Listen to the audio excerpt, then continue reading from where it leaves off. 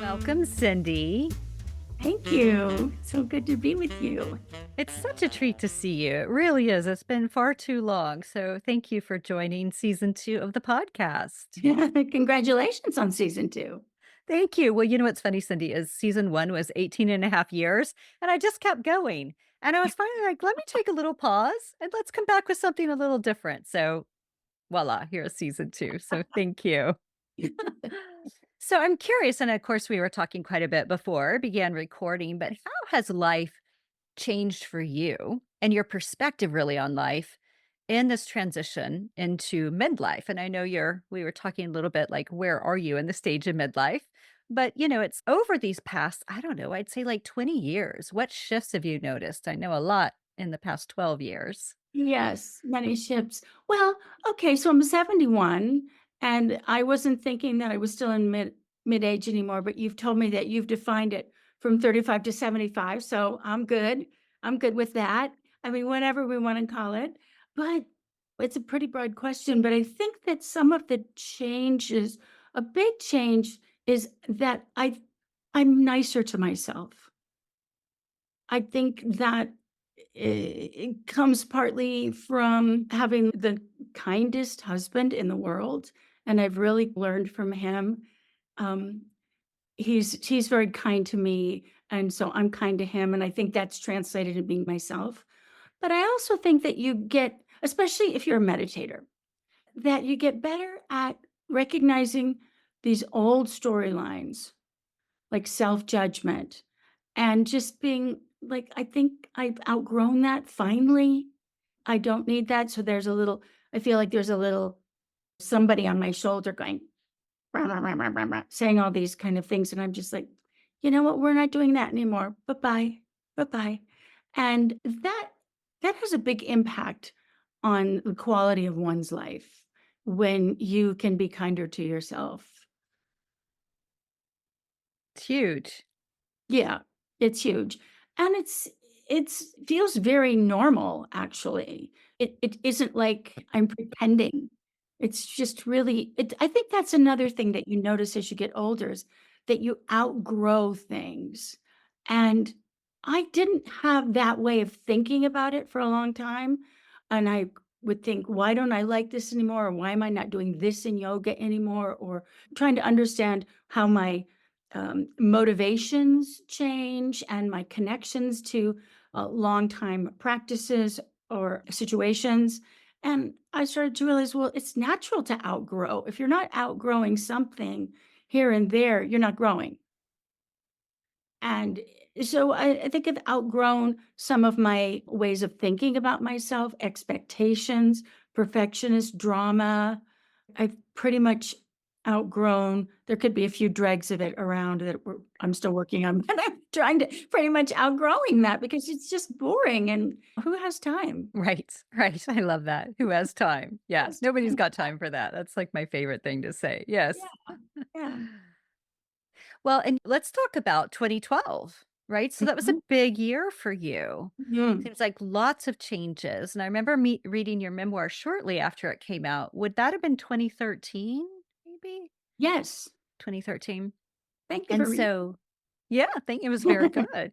So it's a little not as fresh, right? Because I read it 11 years ago. But I'm curious, how did you come to the point of selling the studio? So you sold yours 2012, or you closed yours and I sold mine in 2017, right? And that was a big identity. I'll say crisis, that might be a strong word, but shift for me. And I can only imagine for you and leaving New York, which is huge because how many years were you there? A long time. 35. I mean, Basically right after college. wow. Yeah. Yeah. Yeah, I feel like New York raised me, Yes. and when I really became a New Yorker, and that was a huge part of my identity, and it's only just now, 12 years later, that that's not so strong. Although if I run into a New Yorker in Santa Fe, and there's lots of them here. We start talking like this just because we can, even though we didn't really talk that way when we lived there. Just it's a bond. But New York is like another country. It's its own thing. But that was a huge part of my identity to have that yoga studio. And I had it for 15 years from the age of about 48. I can't remember the age, but 44. Anyway, in my 40s and 50s. And really it was a huge part of my identity, and I poured everything I had into it. And it wasn't just running a business, because that was the part I was the worst at. I didn't really like doing it. But I developed a way of teaching yoga, of offering yoga, of viewing or a perspective on yoga that I offered, and then a pedagogy around that that I was able to teach to other people. And the pedagogy was really important. It was, your language, how you think, what your relationship with your student, not so hierarchical, but very, very mindful, very purposeful, and fun. And it worked. And I just busted my ass doing that. And it it was at a time in New York, I think the same in DC, where yoga was really happening. And so I'm on the New York Times. I'm all the time getting interviewed. And I became a little bit of a known person in New York City. I mean, there's a whole bunch of famous people there, so it wasn't like that, but you know what I mean. And when I closed the studio and I moved out of New York and I moved to Virginia, people said, "Oh, well, you'll quit your job now that your husband is the president of the college." And I'm like, "What? Like, why would I quit?" And they said, "Well, what do you do?" And I said, "I'm a yoga teacher." And they said, "Oh, we have a yoga teacher already in our town." So it was like went from being respected and acknowledged and seen for the work and for what I offered the community to nobody cares at all. And that was really an interesting transition. And as I went through that transition, I thought, this is interesting. And it was also painful. And so that was a big, big change, figuring out, well, who am I? What do I have to offer to the world? Do I have anything to offer? What is my purpose? And that's been a journey, as they say, since 2012. And at the same time, the studio closed. The lease was not renewed. The studio closed, and my marriage ended. Was ending for about a year, and then it ended. And I met another person, which was the very last thing I was looking for. But these things happen, and so all of those were like my whole world was turned upside down. And I remember crying a lot. Actually, there's nothing to do but go through it and find your way. And that's what I did. Mhm, mhm. And I have to imagine that your practices of meditation, mindfulness, yoga came in incredibly handy during this time. Totally. I mean, I think that that period of time when I first moved to Columbus, Ohio for about 9 months, and then we moved to Virginia. I I think that that particular period of time was when I was probably most dedicated to my asana practice and my yoga practice, asana and pranayama, more than any other time, except for when I very, very first began it and I was on fire. It was my friend. It was my refuge, 100%. And I actually really had a great opportunity to develop my practice because when you're a teacher, you're sometimes you don't get to practice as much as you want. And a lot of people that aren't yoga teachers don't know this, but it's quite exhausting to be a yoga teacher. You're on your feet. People fall on top of you all the time, or they fall and you catch them and they're much bigger than you and you strain your back and they kick you. Everybody gets kicked in the head or wherever all the time. And I mean, not all the time, but from Right. happens. No, it's not on purpose and nobody did anything wrong, but it's just how it is in the learning process. So I got to a place where I wasn't feeling injured all the time. and I could really do my practice. So that was the backside, and that was the gift. That was the B side of the story, I guess, of the song. Yeah, yeah. Well, it is interesting. I remember sharing with people during teacher training of how really teaching one yoga class is, to me, it felt like an 8-hour desk job of just like the amount of energy you put forth, like for one class is like what you put forth for maybe more of an admin type using your brain. But still, it's like it takes so much because you're Uh, juggling temperature, music, safety, your cues, like the flow of the class. Oh, and let's not forget the assists, right? So it's, oh my gosh, it's like a theater production. yeah, it's a lot, and yet for me, and I think this is my personality, I got a lot of energy from teaching, especially in the process. I really connected. I made an effort to connect, know everybody's name, remember their practices, helped people grow their practice in the way that was available to them. And that really fed me. And I think that that was part of what I missed when I moved out of New York is I didn't have that connection and that relationship with anyone. And especially at my studio, and I think it was the same at your studio, people went there for years. And it was a certain kind of yoga that not that it was weird or anything, but it was just a certain approach and a certain rhythm and a certain thing. And people would go there and then that was their place. And so every class still required me to teach, and I still was always coming up with a new way to work with this or that or to develop.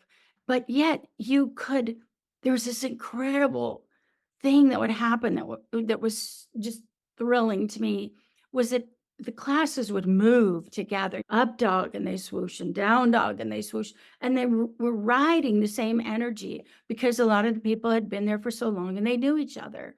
And they weren't there just to do yoga. They were there to be with each other and practice yoga with those people in that place. So there was a lot of energy that was just exchanged. And then when I went to Ohio and I was invited to teach, that wasn't there. They were used to practicing a different kind of way. And some people dug what I did and some people didn't. And it took a lot more effort. So that there is a dance of teacher and student that I think but as you say, it still takes it's a lot. You have a long list of things to relate to. And I love what you said too, though, about knowing people's names. And I always thought of Twinkle Space as like cheers sans drink, but a lot of people now wouldn't even know what that means. You know what I mean? What's cheers?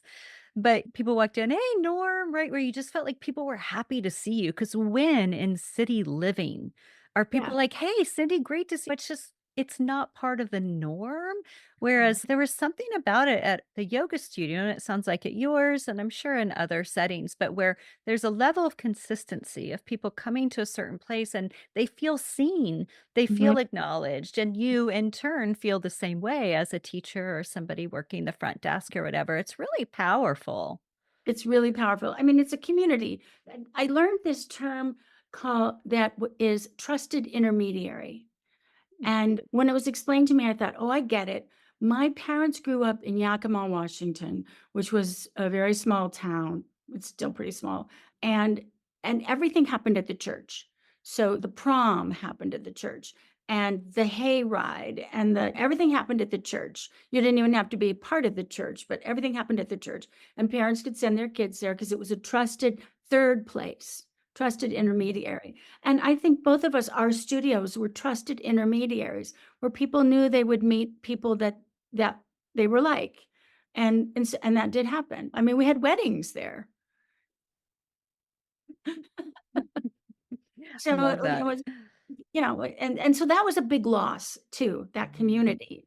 And what I did for a while is I still kept coming up when I closed my studio, a bunch of other studios reached out to me, which was really made me feel great and said, "Would you like to teach here?" or different things. But the nicest one I got was from Integral Yoga, and they said, "Would you like to get together for a cup of tea and take a walk?" I was like, "Okay, let's do that." So we got some tea and we went over to the river and we sat along the river and we talked. And they said, "If you want to do something here, whatever you want to do, we'll make it work for you." So I started giving 300-hour teacher trainings there, and I could take the train from Virginia up there and I could stay at the Integral Yoga is an ashram, and they have one, I think somebody lives there now, but they had one private room and it was on the men's floor. So I was there with all the swamis and it had its own bathroom. So it was perfect. And I could teach there. And that was really a great relationship. And then I could be with some of my students again. Uh, and that sort of was how I weaned off of it over the first 2 years of probably first 5 years of not being in New York. Yeah, so helpful because you still had that connection, right? Yeah, and I was still had the mojo to I still had the interest, and I still had the students that wanted it, so Yeah. And how has that shifted for you, Cindy? Just thinking like now you're in Santa Fe, 12 years have passed. You may not identify quite the same way as you did then. And what I mean by that is like yoga teacher, kind of like first and foremost, and energy wise, like we shift, of course, in yeah, midlife. So, yeah. Well, I think that the yoga thing, um, I can't really say what yoga is like in America right now, but I can say what it isn't like anymore. And it just seemed so many of the big studios, not chains, but influential, important, really active studios like yours and mine and other studios we could think of, closed and haven't reopened. And so, and Yoga Journal, I mean, it's still around, but I don't, it's owned, nobody even knows who owns it. It's not owned by yogis. And so that doesn't have the impact it used to. They don't have conferences anymore. S- So, yeah, they haven't had yoga journal conferences for years. wow. Yoga International has been sold to Gaia. So a lot of the things that kind of were the tent poles of the international and national yoga community are no more. Wow. And so there, of course, there are studios still going, but I don't know how much yoga is being taught in the way that we just talked about on a larger scale. And because of other concerns that have come forward and are being addressed appropriately, like yoga for trauma and other things, the teaching has changed and the whole thing's just changed. And I think everything changes.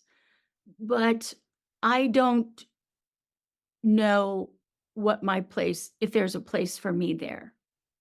I don't feel like there's a place for me there particularly. So I'm not really pursuing teaching. The yoga that I have been teaching when I do teach over the past at least 5 or 6 or 7 years has been called sustainable yoga, because that's what I had to teach myself. How can I practice now? I have to practice in a way that's sustainable that because I was getting injured almost every time I practiced because I was working too hard and I didn't understand where my body was. And so that was an interesting process to back up and find my way back into this movement. And in the meantime, I'm really into strength training. I love weightlifting. I'm going to the NIA class here 3 times a week. So there's lots of different ways to move. And I don't feel the need to be the teacher of Yeah. that because I'm not sure what I have to offer. Although I am teaching a retreat next week in Taos with a bunch of people coming and I'll teach yoga every day. But I'm more into teaching meditation and Dharma. And that came out in the pandemic when Mm. I started a new class called The Dharma of Engaged Yoga. Mm. And and that was really a new way for me to present Buddhist philosophy, Buddhist studies, and apply that to how you relate to your body and how we relate to each other. And it was really of that time, George Floyd and everything that was happening. But then it turned into an online sangha. So now I have an online meditation sangha. And that is great. And I'm very much loving doing that, and so I think that's my transition so far. Yeah.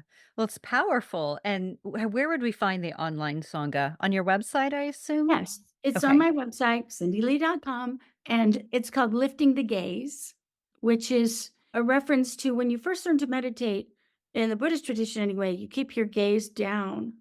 And at a certain point, when you've stabilized your mind to a certain extent, you lift your gaze to eye level. And what that means is now you're able to practice being in the world. We don't practice with our eyes closed. It's eyes open in the world. And so community is what we need to be able to practice being with other people. And so it also means there's this idea in Buddhism called ground path fruition. And ground is where you start, and fruition is where you want to go, and the path is what connects them. So we say something like the ground, generically, you could say the ground is confused, ego centered, and the fruition is wisdom and compassion. And but you could also just say, where are you today? And where do you want to be? Like maybe you're upset and agitated and you just want to feel more grounded. And the path is the practice, most particularly the practice of shamatha or mindfulness meditation. And so when you're starting at the ground and recognizing where you are, but you think about your fruition, that's your lifting the gaze. What is your aspiration as well? And then you have the clarity about, okay, I'm not there, I'm here, but this practice can help me go there. Yeah. I like that. That's right. I forgot you're in the Shambhala tradition. No? Now, my teacher was Gelug Rinpoche. He died about 5 years ago, so that's a Gelugpa. That's the same lineage as the Dalai Lama. Oh, okay. Actually, Gelug Rinpoche and the Dalai Lama were in a class together, a class of 2 growing up, Wow. and they had one toy. They had a wooden horse that they got to share and play with when they were good, I guess, and they were very close all their lives, so Mhm. he Dalai Lama came to Ann Arbor where Rinpoche lived and to visit our sangha. So he was my guru from when I was about late 30s.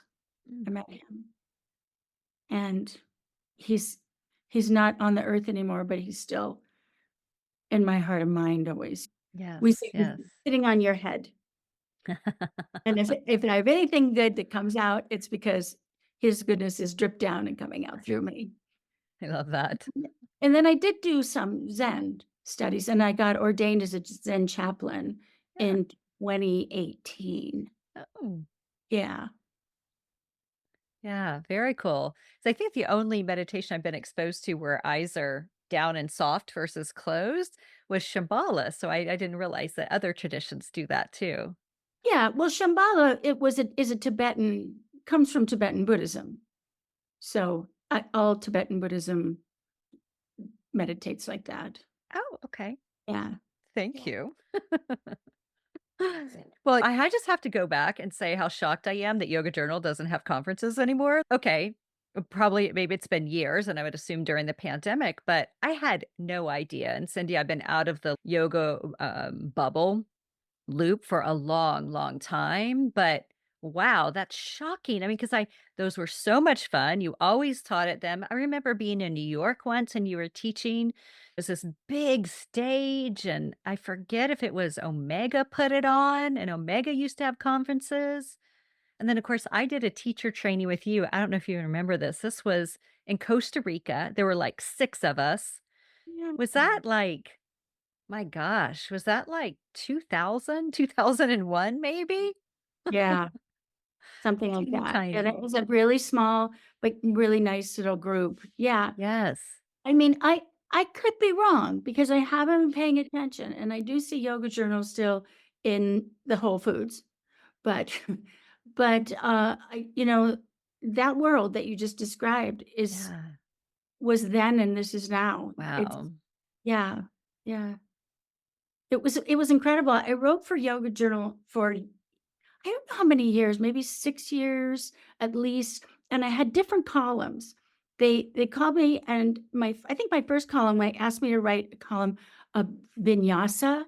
They'd never had vinyasa before. They were very Iyengar oriented, right? So that was like, wow, what a cool opportunity. So I did that, and then I also I wrote a beginner's column, and I wrote a master's column, different kinds of columns. And the editors were so much fun. Andrew Ferretti was my editor for a long time, and we just would die laughing as we were editing things together. And I learned a lot about writing from. I got a lot better about my writing from that. And I just think, the other thing that was so amazing at the beginning, I remember sitting at my desk in New York, and there was a guy named Todd who was the it would be the equivalent of a fact checker, but he was the person in their offices in San Francisco who would look at your descriptions of a pose and tell you if he thought you had given a correct instructions. So he would sit there and I would sit in New York with our light on yogas, opening like, okay, open to page 67. You see that?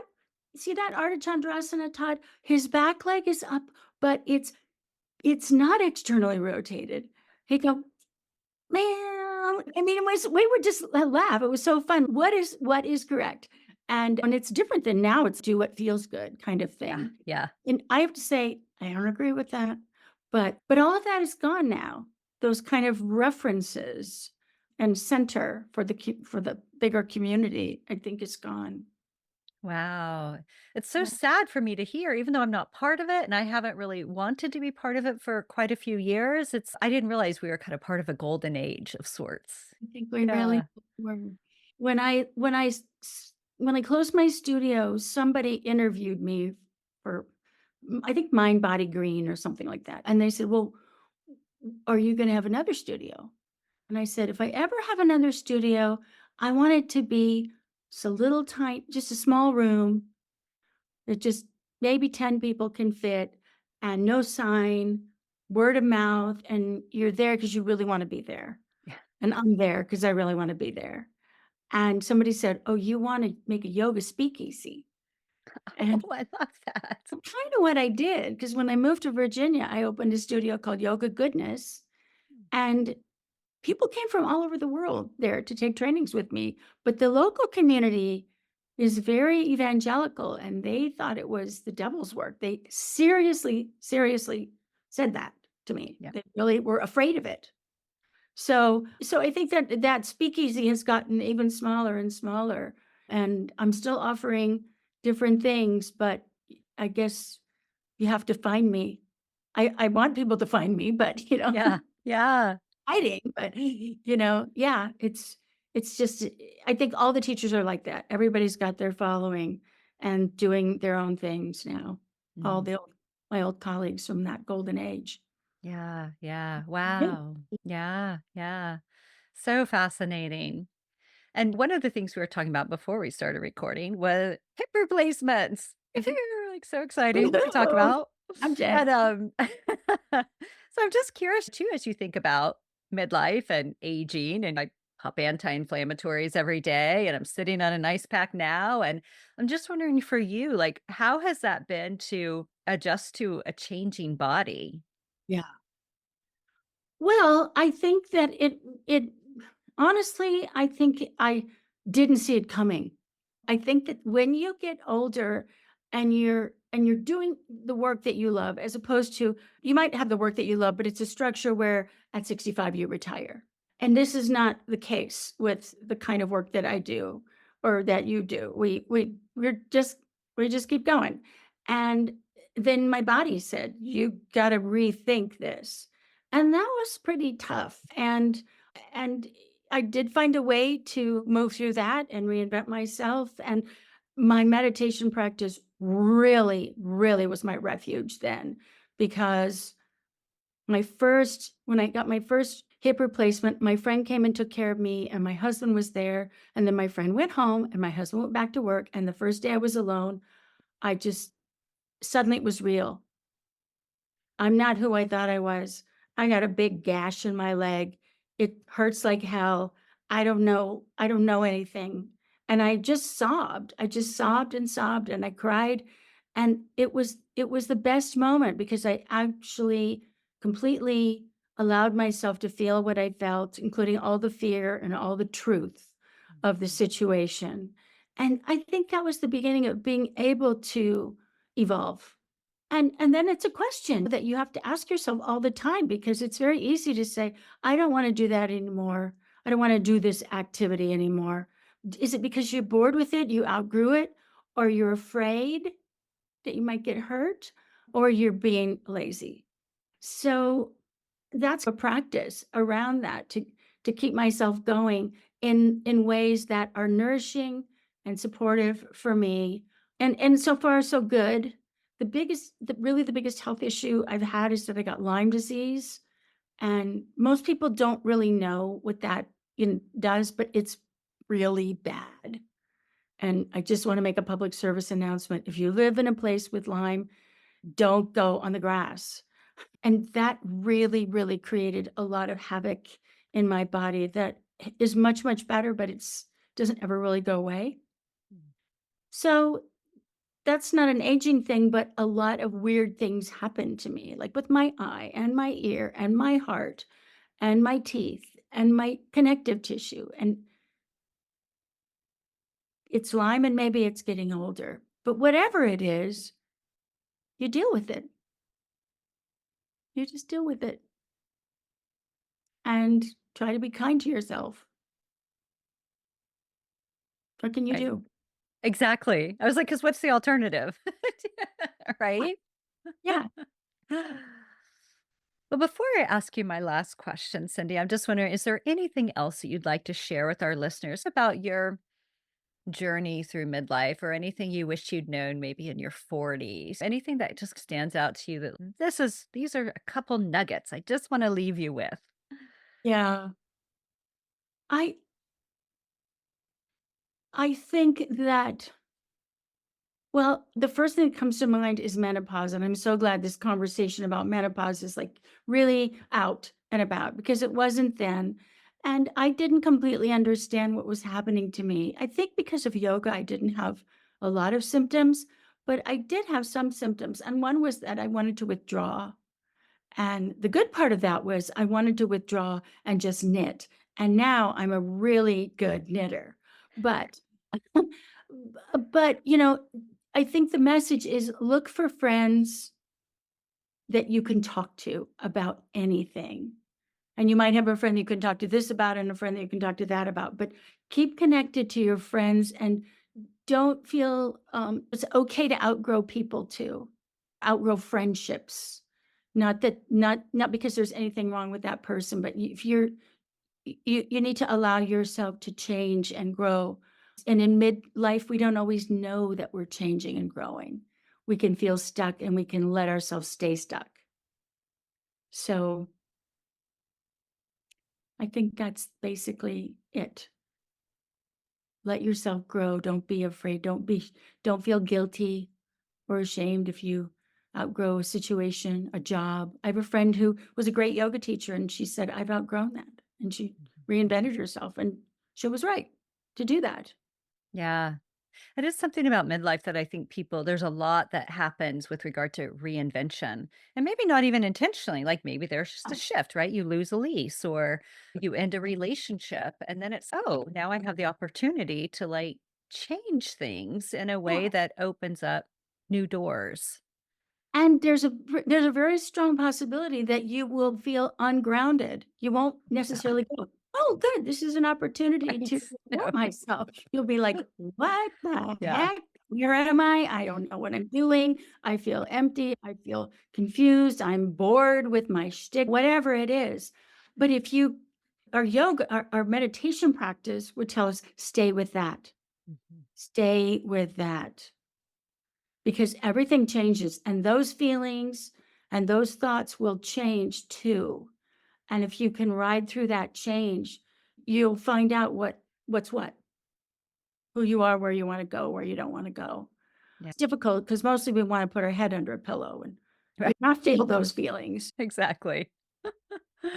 Well, my last question for you, and thank you for that, is the name of the podcast, Tranquility du Jour. So, how do you find tranquility in your everyday? I'm going to guess a little bit of yoga, a little bit of meditation. Well, a big thing for me is walking.